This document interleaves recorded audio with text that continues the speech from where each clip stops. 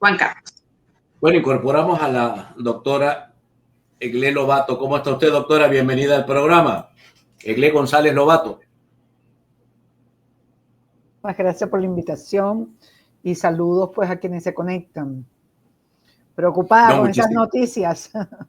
Preocupada, muchas noticias. Vea usted que al yerno de Edmundo González Urrutia le acaban de informar a la esposa que después de 155 días de reclusión o de desaparición forzosa, se le ha anunciado para este jueves 12 la audiencia preliminar, o sea, la violación absoluta del Estado de Derecho. Pero aún así, este país, algún sector del país se niega a rendirse en el sentido electoral. Hay un sector que se niega a rendirse en el sentido político, pero no cree que haya que participar en elecciones en Venezuela bajo las condiciones actuales. ¿Qué opina la doctora Eglé González Lobato?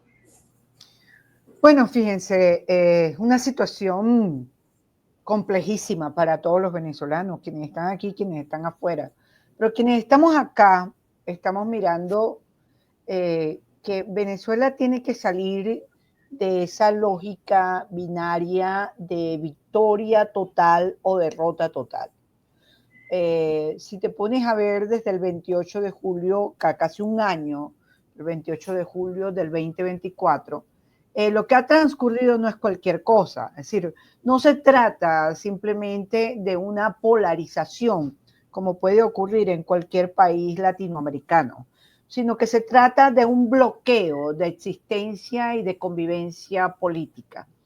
Ese sector al que bien dices que no se rinde, porque entiende que los procesos electorales son acumulación de fuerza, que toda oposición a los gobiernos debe hacer los esfuerzos por tenerlo.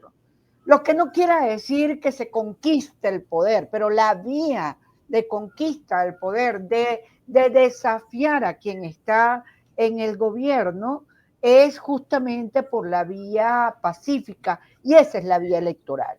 Ahora, ¿es suficiente un proceso electoral? Evidentemente que no. Es un proceso, si algo nos ha enseñado el 28 de julio, es que también hay que hablar con quien está en el poder de las reglas del juego, de la negociación y del diálogo. Yo lo dejaría hasta acá y seguimos con las preguntas. Sí, doctora, solo que pareciera que en Venezuela el único modo de negociar es pisándole un callo, dice coloquialmente la gente. Si no se le pisa un callo a Maduro, no acepta negociar, no va a un proceso de negociación. Yo soy de los que opina, si me permiten, que adelante algo de opinión, que lo del 28 de julio del año pasado, habían unos analistas que decían, está ganando Edmundo, pero Maduro no está perdiendo, porque no había una negociación previa que pudiera resguardar, digamos, algo que tuviera que ver con justicia transicional para Nicolás Maduro, porque lo que escuchábamos era, no te quiero muerto, te quiero preso. Entonces nadie, bajo esas condiciones, nadie con 15 millones de dólares sobre su cabeza va a entregar el poder como si fuese un demócrata suizo. ¿Hubo una falla de origen allí? Sí, evidentemente que sí. Ahí hubo varias fallas. Y yo creo que es momento en que se asuma la crítica. La crítica desde diversos factores, la dificultad que había. Es que aquí no se puede pretender borrar la historia reciente del país. Aquí se dice, no se le pisa, no hay diálogo sin pisarle callo, como acabas de señalar. Pero aquí había negociaciones. O sea, aquí habían unos acuerdos de México, aquí habían unos acuerdos de Barbados, aquí hubo una facilitación internacional, aquí vino la Unión Europea para el 2021, después de 15 años de ausencia. Aquí había ciertas presiones positivas, no las negativas, no las sanciones a las que me estoy refiriendo porque estoy absolutamente en contra de las sanciones. Pero aquí había presiones por parte de la comunidad internacional para que hubiese un proceso electoral. proceso electoral que fuimos superando en unas reglas totalmente asimétricas. En un gobierno híbrido como este no hay reglas que neutrales o reglas estables. O sea, es común ver que las propias instituciones pueden incluso formar parte de esos actores dentro del proceso electoral. Un proceso electoral que era complicado desde el punto de vista de la postulación, desde el punto de vista de los actos electorales, que por primera vez veíamos la fórmula de me quiero postular y es a través de la computadora o del sistema automatizado que me entero que no puedo postularme sin que haya un acto del que yo pueda recurrir. Fuimos superando poco a poco tratar de competir en esa contienda, porque siempre una de las opciones es que no haya proceso electoral. Asumimos el proceso electoral. ¿Y qué pasó? ¿Qué pasó? Aquí me pongo un poco odiosa. ¿Qué pasó? Bueno, pasó lo que no tenía que pasar, que era un secuestro de la candidatura, una no consulta a los diferentes factores de las fuerzas vivas del país. No me refiero a la élite política que está en Caracas, sino las fuerzas vivas del país, tanto políticas como sociales, es lo que tenía que estar pasando. Y eso cada vez que tú hacías un comentario y tú decías, esto no puede seguir yendo a la manera que se está haciendo, esa candidatura única no era un monopolio de un sector de la oposición, un sector parte de Valer, con toda la ley, se negaba, monitoró, venía con... Tengo un poquito de problema con la doctora Lobato, la doctora González Lobato. Movilización que realmente habían entrado en la primaria, sin embargo, condujo. Tenemos un problema con su internet, mi querida doctora. Ojalá y podamos reincorporarla. Bueno, ya nos está dando sus opiniones sobre, digamos, el antecedente del proceso electoral para poder llegar a este proceso electoral que vamos a vivir el 27 de julio, que sería el último proceso electoral antes de 4 años en Venezuela. No habrá más procesos electorales antes de 4 años en Venezuela. Evelyn. Bueno, regresamos con la doctora González Lobato. Estábamos hablando de los pecados originales de la elección. La doctora dijo, me voy a poner odiosa. Vamos al aire con la doctora Lobato. Vamos a escucharla. Continúe, doctora. Ad libitum. Bueno, disculpen por la interrupción. Estoy haciéndolo desde el teléfono, así que por favor me informan cualquier otro inconveniente. Bueno, yo no sé en qué momento me quedé hablando sola, pero en todo caso estaba diciendo que hay errores que, como bien lo dice, pueden ser errores originales, por el error, digamos, el error de origen de un proceso electoral en donde por primera vez nosotros veíamos limitaciones por parte del Consejo Nacional Electoral que eran extraordinarias. Es decir, por primera vez nosotros veíamos que las postulaciones no se hacían desde el sistema electoral, se hacían desde el sistema electoral, sin actos, sin notificación, sin que pudieran recurrirlo. Partidos que no podían participar, partidos que habían sido excluidos. De eso tenemos una larga historia. Pero ¿qué pasaba con los factores de oposición? Los factores de oposición, aquí cuando se decía, oye, se logró una candidatura unitaria, pero no una candidatura unitaria para que fuera secuestrada por ningún factor. Y vale decir por el factor que nunca estuvo de acuerdo ni con diálogo, ni con negociación, ni con elecciones, sino todo el tiempo eran los factores llamando a la abstención, incluso llamando a las intervenciones extranjeras. Este sector, bueno, secuestró el proceso. Y ese proceso cada vez se veía muy complicado, porque te dabas cuenta que no solo era una distancia con el oficialismo, sino una distancia con todos los sectores democráticos del país. Y hablo de sectores democráticos del país porque no es nada más la élite política caraqueña no tan odiosos también, sino la política que está en lo local, la política que está en todas las regiones. Y aquello fue minando cada vez más la posibilidad de que nos acercáramos y que tuviéramos la incidencia para que se entendiera la importancia de la negociación, del encuentro, de incluso negociación en cuanto a condiciones. En un gobierno híbrido como este, a usted no le basta tener el apoyo ciudadano. Usted tiene que tener un plan de gobernanza, un plan de acuerdo, un plan de negociación, no un plan de cómo te vas a poner la braga naranjada que te está esperando porque afuera te van a acompañar para un carro negro que está afuera. No, no, no. Eso era totalmente... fue una actitud irresponsable y desproporcionada, y lo digo con absoluta responsabilidad. Entonces, ¿qué ocurre? Bueno, ¿qué ocurre? Que pasa lo que sucede, el gobierno sigue detentando el poder político, y en este momento, a un año de cumplirse el 28 de julio, bueno, ese grupo de oposición sostiene que no, el voto no vale, que las elecciones son simplemente una farsa y sencillamente hay que esperar que haya un milagro en este país, que haya una intervención en este país o que haya algo que nadie sabe exactamente qué es. Quienes creemos en la democracia entendemos que los procesos electorales tienen que ser para acumular fuerza, porque este gobierno hoy por hoy necesita mostrar al mundo que tiene pluralidad. No se logró en las parlamentarias, tampoco en las regionales. Entonces, en este momento tiene que haber un compromiso para ver si desviamos el camino del caos hacia donde pretende llevarse el país y hablar de una convivencia democrática.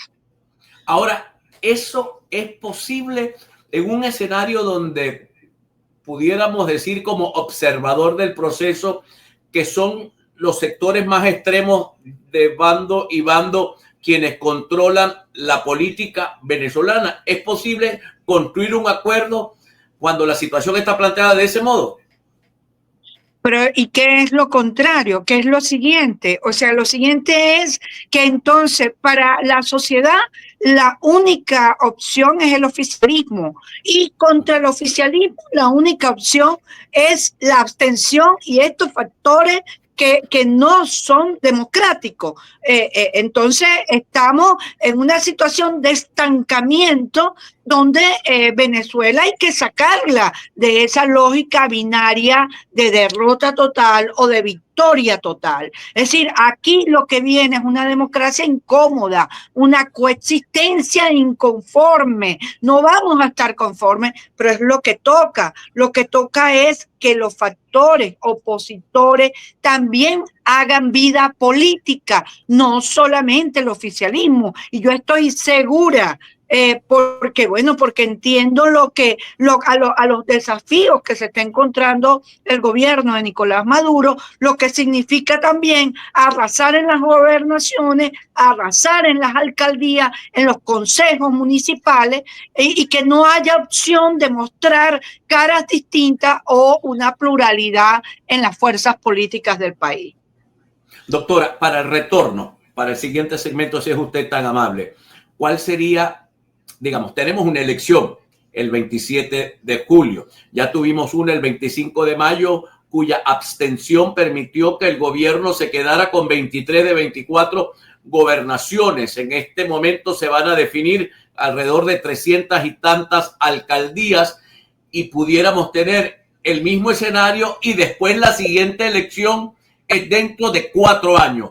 ¿Esta es la ruta o los venezolanos podemos dar un momento, digamos, de vuelvan caras, como diría, para utilizar una frase histórica? ¿Pudiera haber un vuelvan caras de última hora en Venezuela? Al retorno, mis queridos amigos, con la doctora Eglé González Lobato. Ella además fue consultora jurídica del Consejo Nacional Electoral. Vamos con nuestros queridos patrocinantes, retornamos con todos ustedes.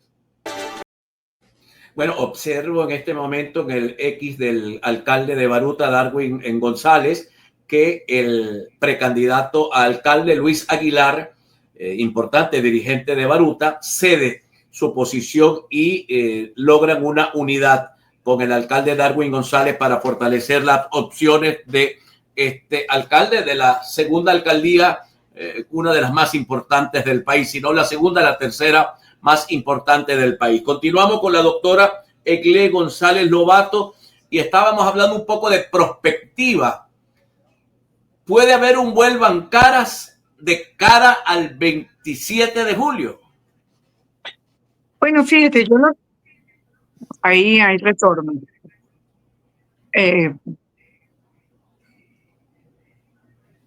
La escuchamos, doctora. Ok. Es que como hay retorno, ¿se escucha bien? Sí, yo le escucho muy bien. Bueno, volvamos. Ya va, espérense un segundo. No puedo hablar con el retorno.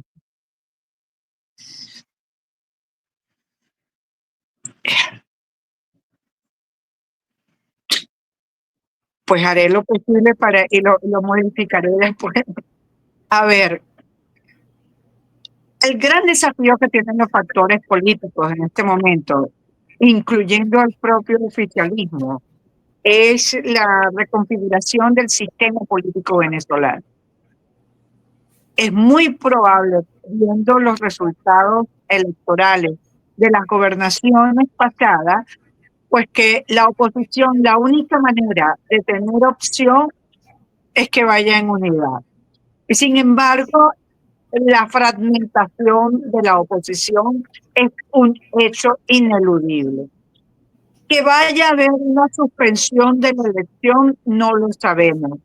Sin embargo, hay que insistir en la necesidad de la pluralidad de los distintos factores políticos y de una unidad de intención de actividades y programas de parte de la oposición. Voy a tratar yo de salirme y volver a entrar. Muy bien, doctora. Adelante. Salga, vuelve a entrar. Juan Carlos. Bueno, y nos llega del movimiento o de la red Noti Hermanos. César Pérez Vivas denunció hace minutos la detención arbitraria del abogado y dirigente de 20 Venezuela en Anzoátegui, Ulises Martínez. Es un abogado, dice la nota de César Pérez Vivas. La dictadura continúa con la escalada represiva. Detienen en Anzoátegui al conocido abogado y dirigente social cristiano Tomás Peñalosa y al dirigente de 20 Venezuela, Ulises Martínez. Crece el número de presos políticos. Doctora Egle, ¿está usted allí? Adelante, vamos a incorporarla. Pero en Caracas hubo un apagón hace poco que ha afectado pues los sistemas de comunicación. Muy bien, doctora. Continuemos con la conversación. Estábamos hablando de la posibilidad de un vuelvan caras, porque después de esta elección del 27 de junio, no habrán más elecciones en Venezuela hasta dentro de 4 años. Sí, bueno, difícil porque está el 28 de julio, también está como muy cerca. Y muy probablemente el gobierno, pues entre sus pretensiones, sea tratar de restarle posibilidades a cualquier serie de manifestaciones, sino que todo lo contrario, tratar de llamar a la ciudadanía a participar en un proceso electoral. Ahora, los procesos electorales municipales por lo general tienen muy baja participación, aun cuando son unas elecciones extraordinariamente importantes porque se trata del problema local, del problema de la gente, que la gente sea parte de esa agenda de política nacional. Interviene un montón de gente porque bueno, los consejos municipales, las alcaldías, pero lo cierto es que hay que agregar a ese análisis que hiciste hace poco, que entre el gobierno y la oposición radical, que tampoco los factores que participaron en las gobernaciones y en las parlamentarias tuvieron ese arrastre necesario de convocatoria, entre otras cosas porque la ciudadanía le pide a los factores de oposición mayor pluralidad, mayor representación de caras novedosas o que tengan algo que decir en el Parlamento, alguien de la sociedad civil, no solamente de los partidos políticos, y nuevamente los partidos políticos jugaron a cuadro cerrado. Esto pudo haber incidido en esa poca participación y probablemente tengamos muy cuesta arriba decir que vamos a aumentar una participación para la parlamentaria si vemos que hay unas diferencias enormes entre un candidato y otro en estas gobernaciones que acaban de pasar. Es decir, ahí se midieron los factores políticos y entonces los factores dirán, bueno, pero ¿para qué voy yo a una elección? ¿Para qué voy a gastar una campaña si tengo tan pocas probabilidades de ganar? En esa situación estamos, una realidad que convoca a interpelar a los partidos políticos desde la academia, desde los diversos sectores de la sociedad, de los diversos movimientos políticos. ¿Vamos hacia dónde? ¿Hacia dónde vamos a encaminar el país? A la no política, a la abstención, que es la verdadera rendición. Lo he dicho en cantidad de oportunidades. La abstención no castiga al gobierno, no castiga al poder, lo premia. Ahora, ¿qué viene bajo esta predicción que la hace usted? Y es, digamos, yo coincido con ella. No hay nada pinta que va a haber un triunfo electoral para la oposición el 27 de julio. ¿Qué viene hacia adelante? Bueno, la presión para que factores distintos al gobierno sean unos factores de incidencia en las políticas públicas y en la reconducción del país. Al gobierno le toca abrirse y le toca abrirse porque incluso el gobierno que va a unas elecciones y genera unas condiciones muy poco simétricas, digamos, no se legitima con el control de las instituciones. El gobierno necesita pluralidad de los factores. Aun cuando el gobierno, uno no puede hablar de la legitimidad. Yo siempre digo que la legitimidad es un problema de los gobiernos democráticos totalmente. Pues estos gobiernos híbridos, la legitimidad no es que se van a poner a cuestionarla, pero el control de las instituciones tampoco les son suficientes. Y la oposición tampoco termina de generar una opción de poder creíble y sostenible en el tiempo. Entonces, ante esa lógica binaria que no nos lleva a nada, suma cero, hay que cambiarla. Muy bien, o sea que lo que entiendo de su análisis es que habrá que remar con Maduro en el gobierno hasta el 2031 con los gobernadores y alcaldes por 4 años más, pero habrá que remar. Bueno, es que yo no veo otra cosa de cambio en este momento que no sea progresivo. Aquí no va a haber un cambio político nacional de inmediato. Si eso ocurre, será algo imponderable y si eso ocurriera, esperemos que sea producto de un consenso y de un acuerdo y no de ninguna vía por la fuerza, que siempre es una amenaza para los venezolanos que creemos en la democracia. En este momento todos los factores tienen que presionar para que haya espacios de debate, espacios de conversaciones sobre todo de los problemas que tiene la gente en las diferentes regiones del país.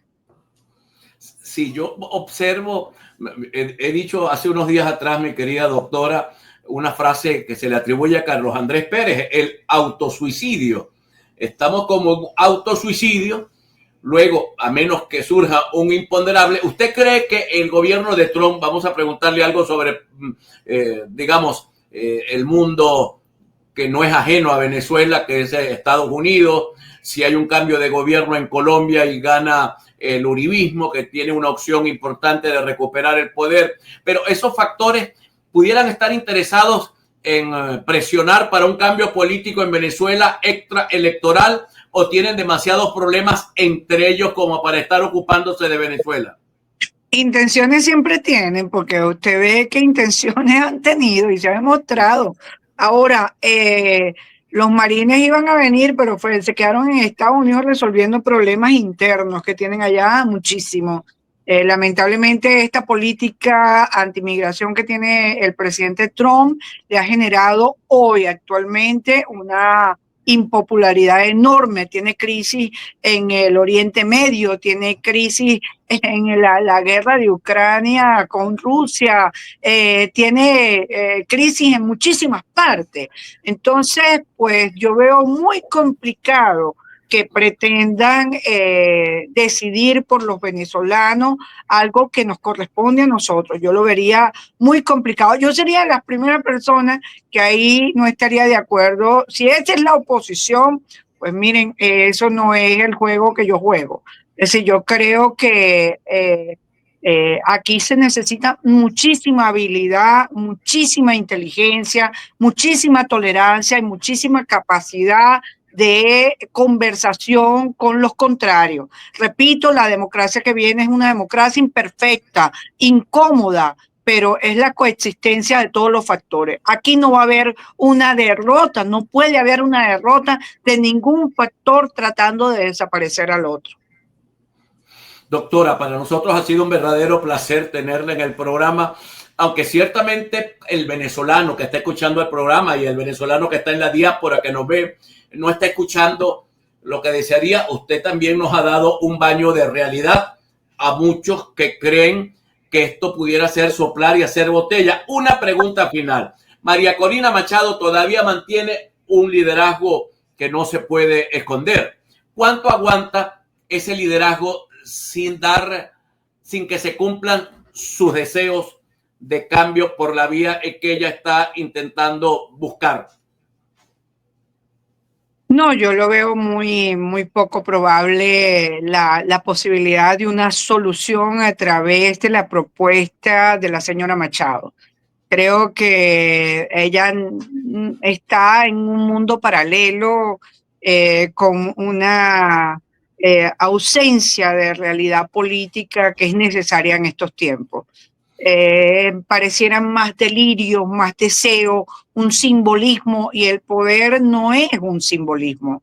El poder se detenta y quien tiene el poder lo demuestra. Entonces, lo que estamos diciéndole al gobierno es que el control de todas las instituciones, el control de todos los cargos tampoco va a permitir pues la mejor democracia para el país. Tiene que haber pluralidad, y le decimos a esos sectores que, digamos, obedecen a la señora Machado, que no es así que se obtiene el poder, ni siquiera es así como el poder le reconoce, que la posición que hay que tomar es más hacia el centro, es más hacia el reconocimiento de los diferentes factores. Los radicalismos no se van a... Ellos se van a excluir todo el tiempo, y mientras ellos se excluyan y no haya un centro que presione hacia una posición inteligente y de coexistencia del país, la Venezuela va a estar estancada y anclada en esa lógica suma cero. Bueno, doctora, muchísimas gracias por habernos acompañado. Gracias a la doctora Eglé González Lobato, directora de la Cátedra Libre, Democracia y Elecciones de la Universidad Central de Venezuela. Muchísimas gracias, doctora. Gracias a ustedes. Muchísimas gracias. Vamos con nuestra